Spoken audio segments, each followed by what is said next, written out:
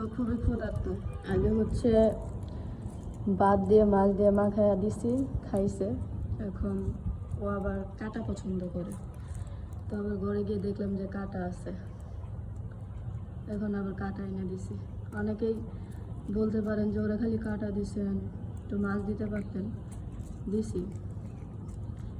তো আগে হচ্ছে ভাত দিয়েছে, এখনো ভাত আছে, ওইগুলা খাইছে। মশলা দিলে ভালোই খাইছে। ও অনেক দুঃখী। ওর এর আগে 3টা বাচ্চা হয়েছিল প্রথম। ওর কিন্তু বয়স বেশি না, 1 বছর বা 1.5 বছর বয়স এরকম।